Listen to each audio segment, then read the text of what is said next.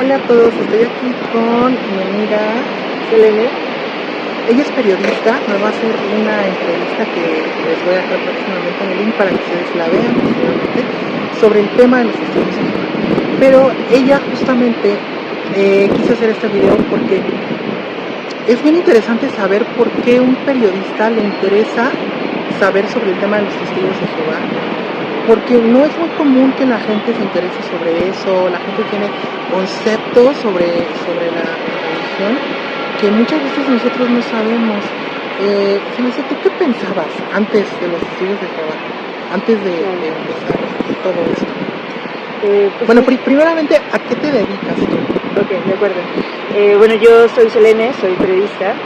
Trabajo ahorita en la producción de episodios en audio, ¿no? Narramos historias periodísticas a través del formato de podcast. Y bueno, en eso ando, ¿no? Reporteo, hago entrevistas,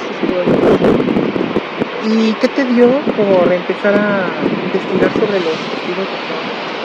Yo llegué al tema de los testigos de Jehová por un trabajo colaborativo que se hizo con un medio británico que se llama The Telegraph.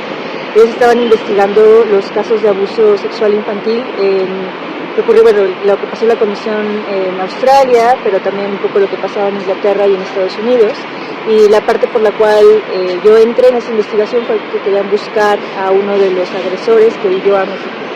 A partir de ahí yo comienzo a meterme mucho en el tema, comienzo a platicar con ex testigos de Jehová y fue de esa forma en la que comencé a descubrir como todo este mundo del cual yo conocía muy superficialmente y pues me parece un tema súper relevante de platicar. Y antes de eso, ¿qué pensabas tú de los testigos de Jehová? Porque la gente no nos conocía por ir a tocar las puertas, ¿no? Ay, ahí vienen estos, a quitarnos el tiempo, a molestarnos. Pero más allá de eso, ¿tú qué pensabas de los testigos de Jehová? ¿Que eran gente buena, que eran gente mala, o no pensabas nada ni te importaba? Claro, yo creo que la principal referencia que yo tenía de los testigos de Jehová es que bueno, las mujeres utilizaban faldas, ¿no? Que estaban como los domingos en ciertas partes o plazas públicas,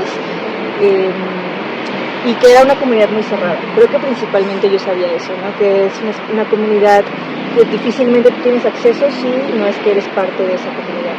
Para mí... O sea, ¿sí sabías eso antes de...? Sí, yo sabía, no porque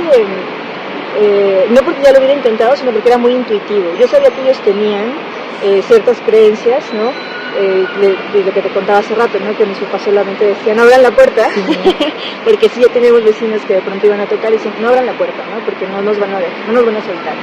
Entonces, solamente por pura intuición, yo sabía que no era fácil acceder a ellos a menos que tú dijeras que estabas de acuerdo o que te interesaba lo que ellos platicaban. O sea, por ejemplo, yo no sentía la confianza de poder hablar y decir, mira, me gustaría platicar contigo de qué música te gusta, qué color, no sé. O sea, tú sabías como que además iban a adoctrinarte y exacto. Nada más, ¿no? Yo creo que eso es lo principal, ¿no? Sí, no sé eso nada más. Y estoy hablando de lo que yo pensaba cuando era niña y cuando era adolescente, ¿no? Que el único tema de plática era un tema de plática que en ese momento para mí no era de mucho interés. Entonces dice, no puedo platicar con ellos porque no podemos hablar a lo mejor que la revista de moda o que el grupo de moda o que si te gusta tal persona o no. Entonces yo creo que a partir de ahí se creó una distancia intuitiva. Eso era lo que yo pensaba. Por eso yo decía como cerrada, ¿no? Pero no tanto porque yo supiera... Sí, pero era intuitivo, era como que se percibe, ¿no? Porque los testigos de Jehová tienen la idea como que la gente nos percibe como que somos gente muy buena, como que somos gente limpia, como que nuestra imagen es buena. Pero realmente no, o sea, la gente nos percibe como personas fanáticas, ¿no? Como personas... Sí, en mi caso como personas que solamente el tema de conversación es uno y que es difícil conectar a veces solamente con un solo tema de conversación, ¿no? Y sobre todo uno tan específico como Dios, ¿no? O sea, uno hace amigos y te interesas con la gente a través de sus gustos, ¿no? De la diferencia, te relacionas a través de la diferencia y de pronto para mí sentir los testigos de Jehová era como, bueno, creo que todos tienen como, no el mismo pensamiento, pero sí una misma misión, que es dar la palabra, adoctrinar, que es algo que en su momento cuando era adolescente pues para mí no era muy importante. o sea, no era de mi interés. Y cuando empezaste a investigar todo esto de los abusos y todo eso, ¿qué pensaste? Es difícil porque, por una parte, fue impactante, pero no me sorprendí tanto porque también sabemos que en la Iglesia Católica, sobre todo en ciertos espacios, es muy proclive, donde hay fe, tristemente, es muy fácil que se puedan propiciar abusos, ¿no? Porque hay una especie de vulnerabilidad. Las religiones, al final de cuentas, pues son un espacio que uno encuentra seguro, ¿no?, para ser vulnerable, y tristemente, como son dirigidos por humanos, también se puede prestar a mucho abuso, ¿no?, a como aprovecharte de esa vulnerabilidad. Entonces, yo cuando leí sobre los casos, no me sorprendió, pero sí me impactó, y creo que es algo de lo que se habla poco, ¿no? Se habla a lo mejor un poco más sobre los casos de la Iglesia Católica, pero de los testigos de Jehová, quizá por el mismo hecho de que son comunidades que uno cree que están como aisladas, que tienen sus propias reglas, no es algo que a lo mejor esté tan en la boca de todos. ¿Y tú por qué crees que sea importante difundir esto? Porque los testigos de Jehová son un grupo pequeño, ¿no? Mucha gente puede pensar, bueno, ¿a quién le importa o por qué? ¿Por qué tú piensas como periodista o por qué te interesó difundir lo que pasa dentro de la comunidad? Finalmente creo que todo parte alrededor de esto, ¿no? No es estar en contra de ningún sistema religioso, sino es un tema de proteger la integridad de las personas, ¿no? Y sobre todo cuando muchas de ellas, lo que platicábamos, ¿no?, esta vulnerabilidad que se presta o que uno se vuelve más vulnerable en estos espacios, es muy importante señalar estos abusos de poder, porque no puede ser tú, pero puede ser yo, puede ser cualquiera, ¿no? O sea, no es como, ay, es que ellos ya sabían a lo que se metían. Claro que no, son abusos que son graduales, son técnicas muy invisibles en apariencia, pero en realidad son muy dañinas. Creo que es el tipo de violencia o manipulación más, pues de las que hay que tener más cuidado y más alerta, porque, claro, si te pegan en la primera ocasión, no puedes decir, ay, ya no pegaste, pero en realidad, cuando es algo que se va construyendo gradualmente, requiere otro nivel de apoyo, de contención, de salir, ¿no? Y creo que por eso es importante hablar de estos temas, para saber, uno, que uno no está solo, dos, que uno no está como loco o loca, ¿no? Que también es un tema de gaslighting que ocurre, ¿no? De, te lo estás imaginando o así son estas cosas. Y tres, pues un tema también de solidaridad, porque todos podemos estar en una posición de vulnerabilidad, atravesar una depresión, atravesar, no sé, una pérdida, ¿no? Y encuentras en este supuesto espacio seguro un lugar donde hacerlo, o sea, donde poder sentirte bien, y que se aprovechen de eso, creo que es muy está ahí.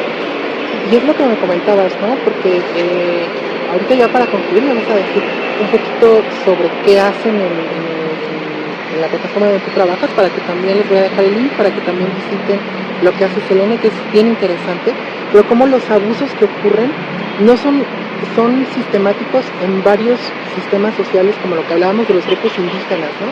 Antes de grabar hablábamos justamente que ella ha hecho muchas investigaciones también, por ejemplo, de abusos que se cometen en comunidades indígenas por creencias, por usos y costumbres. Y cómo la constitución de este país, y yo creo que de la mayoría de las democracias, respetan los usos y costumbres de las comunidades, pero siempre y cuando no violenten los derechos humanos, las garantías individuales de los seres humanos. Entonces, por eso ella le interesó mucho hacer esto. Yo le agradezco mucho que me invitara para esta entrevista. Cuando ya esté lista, se las voy a dejar en el link para que ustedes la visiten. Y platícanos un poquito de lo que haces en la... Claro, bueno, yo actualmente estoy trabajando en una plataforma de periodismo narrativo sonoro que se llama Radio Ambulante. Contamos historias de América Latina de todo tipo. La que mencionaba Andrea es sobre una comunidad en Guerrero, ¿no?, de un grupo de mujeres que no habían tenido la posibilidad de votar por el comisario, que es la autoridad local más cercana, hasta este año, y no podían hacerlo por un tema de usos y costumbres. Entonces, los usos y costumbres están protegidos por la Constitución en el artículo 2, ¿no?, de que da la libre determinación de los pueblos, pero eso no justifica para nada que sobrepase los derechos humanos de las mujeres y de los hombres, de los niños y de los niños, ¿no? También sucede que en varias localidades de Guerrero está como avalado el matrimonio infantil, también por un tema de usos y costumbres, es lo que se trata de luchar, ¿no? O sea, no se Que trata... venden a las niñas, ¿no? Claro, que dan a las niñas en casamiento con personas. Pero a cambio de ganado, cosas así, Sí. o tierras. Sí, como una forma de financiamiento de las familias, ¿no?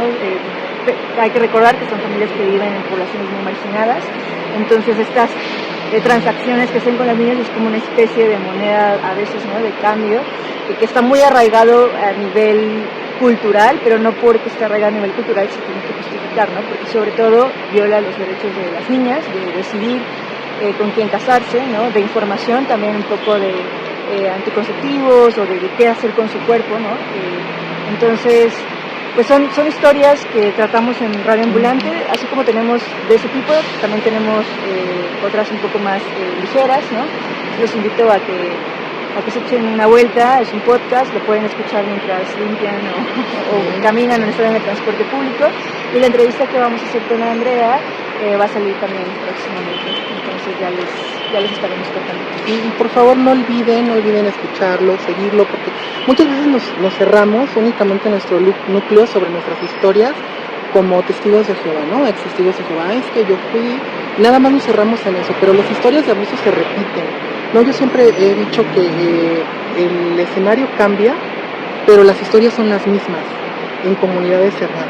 Hablemos, por ejemplo, de Amish, de grupos indígenas que tienen esta visión también, en sociedades realmente cerradas, son las mismas historias en escenarios diferentes. Entonces el conocerlo pues nos va a ayudar mucho a entender nuestra propia historia y a entender también a los demás. Muchas gracias, Celeste, te agradezco mucho. Y les voy a dejar el link en los comentarios para que ustedes pues sigan. Yo soy Sirena Spirit, los quiero. Bye. Hello.